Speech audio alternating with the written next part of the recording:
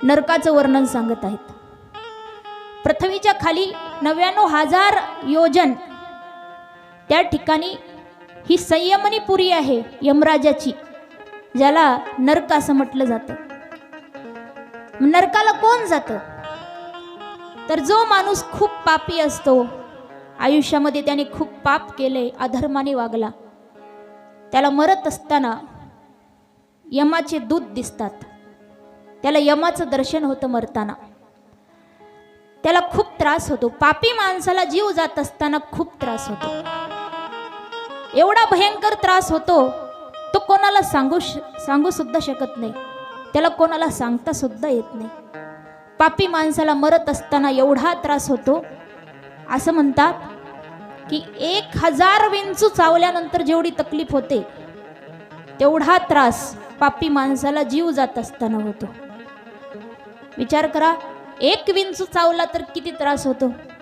ज्याला कोणाला विंचू चावला असेल ना त्याला माहिती असेल, विंचू चावल्यावर 24 तास सर्व अंगाची तगमग होते, त्रास होतो।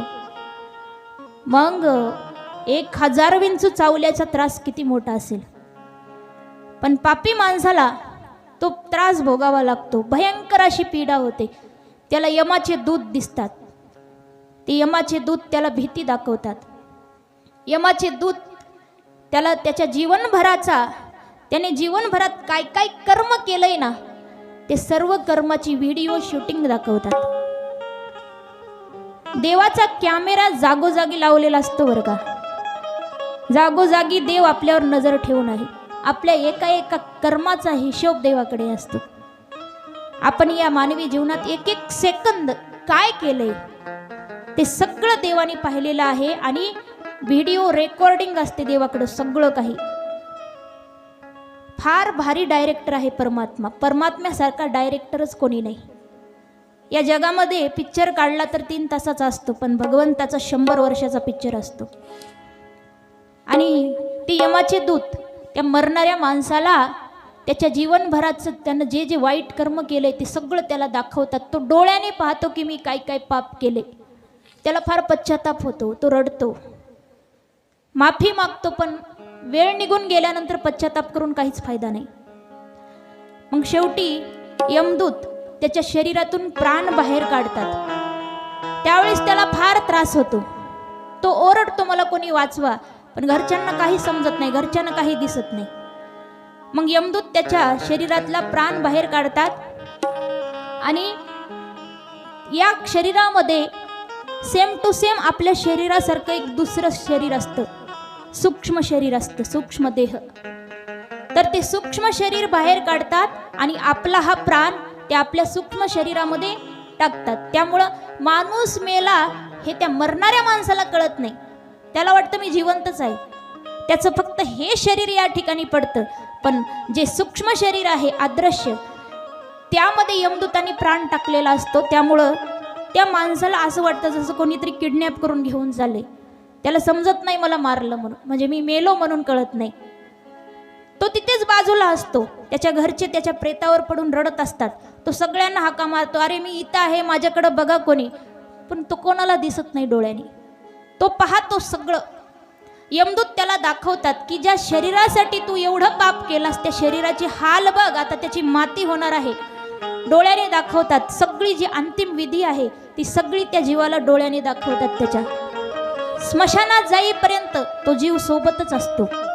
यमदूत त्याला स्मशानात घेऊन जातात आणि त्याचं शरीर जळताना त्याला दाखवतात, बघ ज्या शरीरासाठी तू एवढं केलंस ना ते शरीर कसं जळतंय, त्याची कशी राख होते, त्याची कशी माती होते। आणि त्यानंतर मग यमदूत त्या जीवाला घेऊन नरकाला जातात आणि नरकामध्ये त्याने जसं पाप केलंय त्या पापाची त्याला शिक्षा दिली जाते। मग नरक म्हणजे काय? एक प्रकारचं पोलीस स्टेशन आहे। जसं आपण गुन्हा केलाय तसं आपल्याला जेल होते, तशी शिक्षा होते, तसं नरकामध्येही जसं आपण पाप केलंय त्याप्रमाणे त्या ठिकाणी आपल्याला त्या नरकामध्ये टाकलं जातं। शुकाचार्यांनी राजा परीक्षितीला भागवतामध्ये 28 नरक सांगितलेले आहेत। तसं तर हजारो नरक आहेत, पण प्रमुख असे 28 नरकाचं वर्णन भागवतामध्ये आलेलं आहे। तर मी तुम्हाला आपल्या रोजच्या जीवनामध्ये जे आपल्याकडून पाप घडतं ना, त्या नरकाचं वर्णन सांगणार आहे. 10-12 नरक सांगेन मी तुम्हाला, म्हणजे जी पाप आपण रोज करतो आणि आपल्याला त्याची किती भयानक शिक्षा भोगावी लागते हे आपल्याला लक्षात यावं म्हणून मी आज तुम्हाला हे नरकाचं वर्णन सांगणार आहे. तर सर्वांनी शांतपणे ऐकून घ्या. पहिला नरक आहे, त्याचं नाव आहे तामिश्र नरक. नरकाचं नाव काय आहे? तामिश्र. या नरकामध्ये कोण जातात? तर जे चोरी करतात ना, दुसऱ्याचे पैसे चोरतात, दुसऱ्याचं सोनं चोरतात, किंवा जे लहान मुलांचं अपहरण करतात, स्त्रियांचं अपहरण करतात, असे लोक या तामिश्र नावाच्या नरकाला जातात. या नरकामध्ये शिक्षा काय आहे? तर एक अंध काल कोठडी असते, संपूर्ण अंधार असतो, एवढा काळा गडद अंधार असतो. त्यामध्ये जीवाला टाकलं जातं, त्याला पाणी दिलं जात नाही, अन्न दिलं जात नाही, तो तहानेने भुकेने तडपतो. नरकामध्ये कोणाला शिक्षा दिली जाते? आपल्यासारखाच असा देह असतो, सूक्ष्म देह, त्याला तहान लागते, भूक लागते, त्याला त्रास होतो, तिथं शिक्षा भोगावी लागते. नरकामध्ये फक्त शिक्षा भोगावी लागते, मरण येत नाही. तिथं मरू देत नाहीत, मरण येतच नाही त्या ठिकाणी. तर मग हजारो वर्ष त्या तामिश्र नरकामध्ये सडून राहावं लागतं, पडून राहावं लागतं. आपल्याला जेव्हा जोरात भूक लागते तेव्हा किती त्रास होतो, तर त्याला सारखं हजारो वर्ष तहान भुकेने तडपडत राहावं लागतं, त्या अंधकार काल कोठडीमध्ये तडपडत राहावं लागतं. हे आहे तामिश्र नरक. दुसरं आहे रौरव नावाचं नरक. या रौरव नावाच्या नरकाला कोण जातात? तर जे माझं माझं करतात आणि कशावरही मोह धरतात, ते माझं माझं करणारे, जे देवाचं अस्तित्व न मानता सगळं माझंच आहे म्हणतात, असे माणसं रौरव नावाच्या नरकाला जातात. या नरकामध्ये शिक्षा काय असते? तर रूर नावाचा अत्यंत भयानक प्राणी असतो. तो प्राणी माणसाला फाडतो, फाडून खातो, पुन्हा माणसाचं शरीर तयार होतं, पुन्हा त्या माणसाला तो प्राणी फाडून खातो, पुन्हा माणसाचं शरीर तयार होतं, कारण तिथं मरण नाही, फक्त त्रास. पुन्हा पुढलं नरक आहे कुंभीपाक नावाचं नरक. या कुंभीपाक नरकाला कोण जातात? तर जे मांस खातात, मांसाहार करतात ना, चिकन मटण खाणारे, असे लोक कुंभीपाक नरकाला जातात. या नरकामध्ये शिक्षा काय आहे? तर एक मोठी तेलानं भरलेली कढई असते, काठोकाठ तेलानं भरलेली, आणि गरम उकळतं तेल असतं. आणि जसं आमच्या माता भगिनी भजे पापड तळून काढतात ना, तसं त्या जीवाला त्या तेलामध्ये तळून काढलं जातं. त्याला उचलतात, तेलात टाकतात. त्रास किती होत असेल बरं, तकलीफ होते त्याला, पण मरण येत नाही. पुन्हा त्याला बाहेर काढतात, त्याचं शरीर पहिल्यासारखं बनतं, पुन्हा त्याला तेलामध्ये टाकतात, तळून काढतात, पुन्हा त्याचं शरीर पहिल्यासारखं बनतं, पुन्हा तेलामध्ये. असं हजारो वर्ष कंटिन्यू त्याची शिक्षा सुरूच असते. तिथं मरण नाही, फक्त शिक्षा भोगायची. म्हणून इथं या जिभेचे चोचले पुरवण्यासाठी आपण खातो, मुक्या प्राण्यांची हत्या करतो, पण त्या ठिकाणी एवढा त्रास आहे, त्याच्यामुळे माणसाने मनावर ताबा ठेवावा, मनात दया निर्माण करावी, अहिंसावादी तत्व पाळावं. हिंसावादी आपला जो विचार आहे सोडून द्यावा, आणि अहिंसा मनामध्ये धारण करावी. मुक्या प्राण्यांचा जीव घेऊ नये, मांसाहार करू नये, फार मोठं पाप आहे. पुढचा नरक आहे कालसूत्र नावाचं नरक. या कालसूत्र नरकामध्ये कोण जातात? तर जे आपल्या आई वडिलांचा तिरस्कार करतात, मायबापाला उलट बोलतात, मायबापाला शिव्या देतात, जे मायबापाच्या कुठल्याही गोष्टीचा उपकार ठेवत नाहीत, आईच्या दुधाचा उपकार विसरून जातात, असे जे निर्लज्ज नालायक मुलं असतात ना, ते या कालसूत्र नावाच्या नरकाला जातात. आणि या नरकामध्ये शिक्षा काय आहे? तर तांब्याची भूमी असते, तांब्याच्या पत्र्यापासून बनलेली सडक असते, आणि त्याच्या खालून अग्नी पेटवलेला असतो, अत्यंत कडक तापलेली. त्या तापलेल्या तांब्याच्या भूमीवर त्या जीवाला चालायला लावतात. पायामध्ये काही चप्पल नसतो, काही नाही, त्याचे पाय पूर्ण जळून जातात, त्रास होतो. पुन्हा त्याला परत पहिल्यासारखं व्यवस्थित बनवतात, पुन्हा त्याच्यावरून चालायला लावतात. हजारो वर्ष त्याला सारखं चालायला लावतात त्या तांब्याच्या भूमीवर. अशी शिक्षा या नरकामध्ये असते, की जे आईबापाचा तिरस्कार करतात ते या नरकाला जात असतात. पुढलं नरक आहे आशीपत्रवन. या आशीपत्रवन वनामध्ये, या आशीपत्रवन नरकामध्ये कोण जातात? तर जे नास्तिक आहेत, देवाला मानत नाहीत, देवाचं अस्तित्व नाकारतात, असे नास्तिक लोक या अशी पत्रवन नरकामध्ये जातात. या नरकामध्ये शिक्षा काय असते? तर एक वन असतं, त्यात झाडं असतात, पण झाडाला पानं नसतात. पानाच्या ठिकाणी तलवारी असतात. त्या झाडांना काय असतात? तलवारी. आणि इतक्या दाट दाट तलवारीने इतके दाट झाडं असतात, त्यामधून त्या जीवाला पळायला लावतात. तो जसा मध्ये पळतो तसं त्याच्या शरीराचे तुकडे तुकडे तुकडे होतात. पुन्हा परत त्याचं शरीर पहिल्यासारखं बनतं. पुन्हा त्याला त्या तलवारीच्या वनातून पळायला लावतात. असं हजारो वर्ष शिक्षा सुरूच असते. पुढला नर्क आहे सुकरमुख नावाचा नर्क. या नरकामध्ये कोण जातात?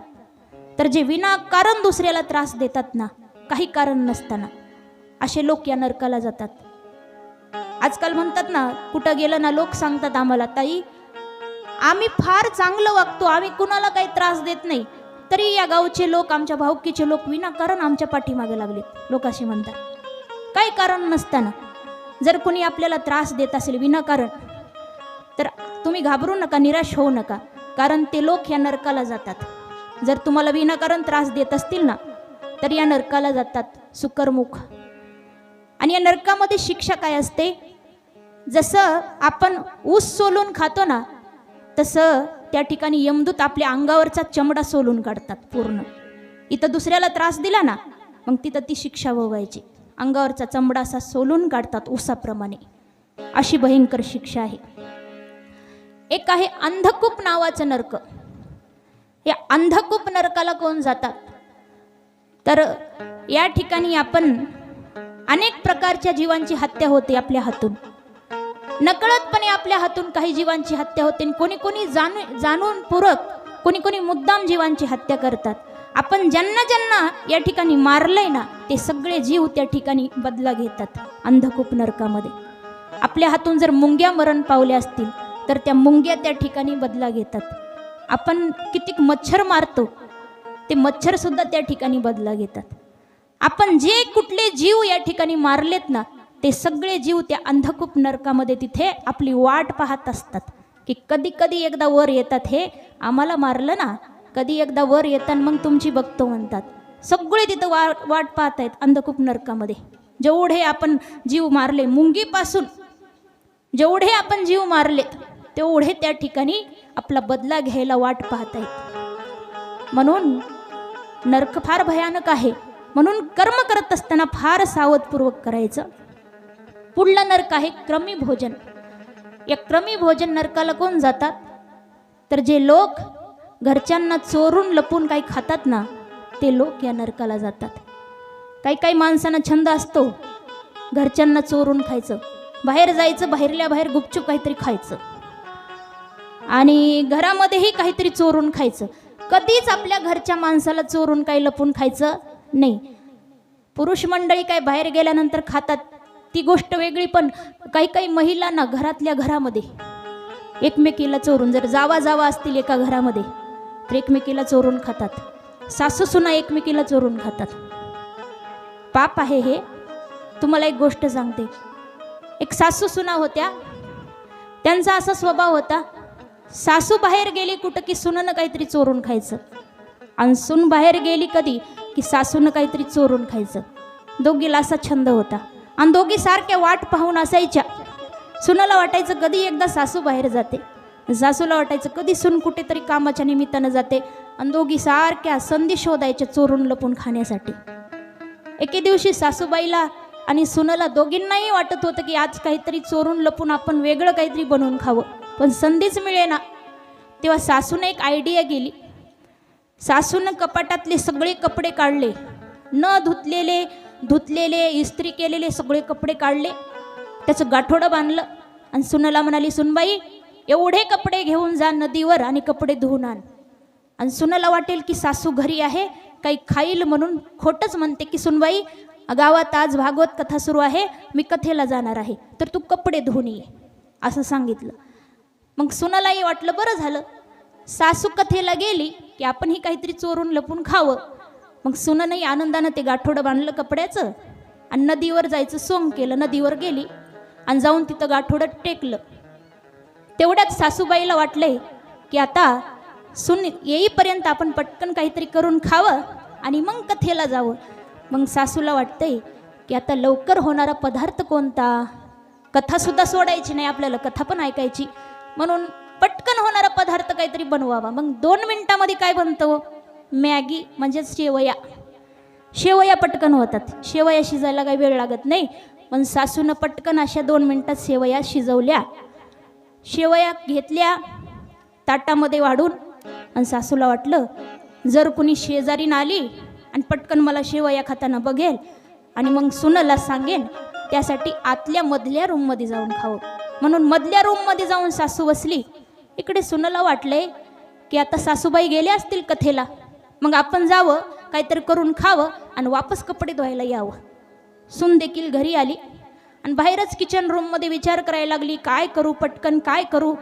तेवढ्यात तिच्या डोक्यात विचार आला, मला येताना शेजारणीनं पाहिलंय, शेजारीन सासूला सांगून देईल, त्यासाठी पटकन आपण काहीतरी खावं निघून जावं. पण आता वेळ नाही एवढा, म्हणून तिला वाटलं फ्रीजमध्ये दूध होतं, दूध गरम करावं, मस्त साखर टाकून प्यावं ना मग जावं. मग तिनं दूध काढलं फ्रीजमधून, तापवलं, तांब्यामध्ये ओतून घेतलं आणि विचार केला जर आता दूध प्यायला लागले आणि तेवढ्यात शेजारीन आली विचारायला तर मग आपण मधल्या रूममध्ये जाऊन प्यावं. आता मधल्या रूममध्ये तर सासू आधीच शेवया घेऊन बसली ताटामध्ये.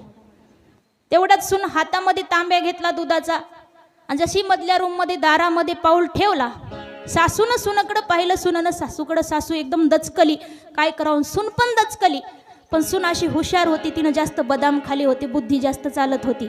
तिनं लगेच त्या ठिकाणी शब्द फिरवले, काय म्हणते, अहो आत्याबाई, तुम्ही कोरड्या शेवया खात होता म्हणून तुमच्यासाठी दूध साखर घेऊन आली. अशा काही सासू सुना असतात की ज्या अशा लपून चोरून खातात. तर असं कधीच खात जाऊ नये, परिवाराला सोडून काही खायचं नाही. असे लोक क्रमी भोजन या नरकाला जातात. या नरकामध्ये शिक्षा काय असते, तर या नरकामध्ये एक योजन खोल रुंद कुंड असतं, किड्यांचं कुंड. त्यामध्ये किडे भरलेले असतात. त्या किड्याच्या कुंडामध्ये त्या जीवाला टाकलं जातं. इथं चोरून लपून खाल्लं, तिथं किडे खावे लागतात, दुसरं काही खायला मिळत नाही. असं हे नरक आहे भयानक. पुढलं नरक आहे तप्त सुरमी. जे वेश्यागमन करतात ते या नरकाला जातात. त्यांना तिथं तापलेल्या खांबाला आलिंगन द्यायला लावतात. पुढलं नरक आहे आय्यपान. या नरकामध्ये कोण जातात, जे दारू पितात ना, दारू पिणारे या आय्यपान नरकाला जातात. इथं दारू पिली त्या ठिकाणी लोखंडाचा रस प्यावा लागतो.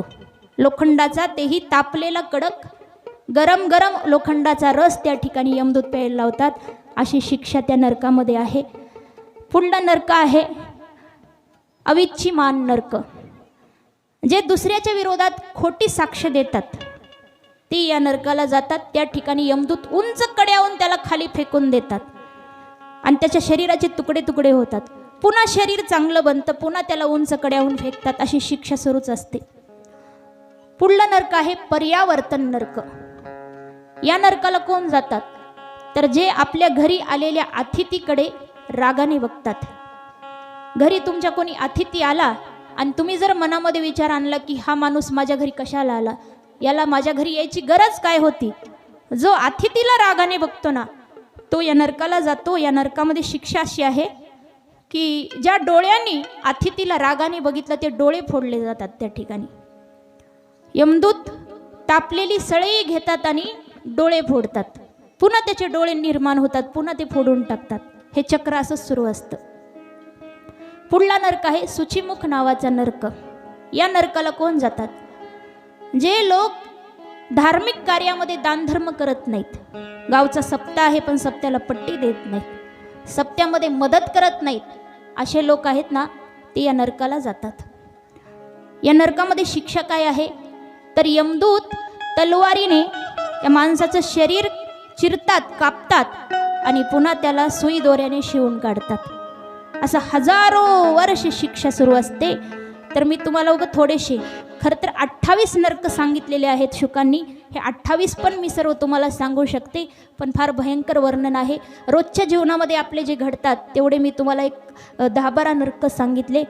तर जीवनामध्ये कधी पाप करू नका. पाप करताना पूर्ण विचार करा, कारण आज या ठिकाणी थोड्या वर्षाच्या आयुष्यामध्ये पाप करून तिथं लाखो हजारो वर्ष शिक्षा भोगावी लागते. म्हणून हे अनमोल असं जीवन आहे, ते वाया घालायचं नाही. भगवंताचं नामस्मरण चिंतन करायचं आणि देवाचं चिंतन करत करत या जन्माचं सार्थक करून घ्यायचं आहे.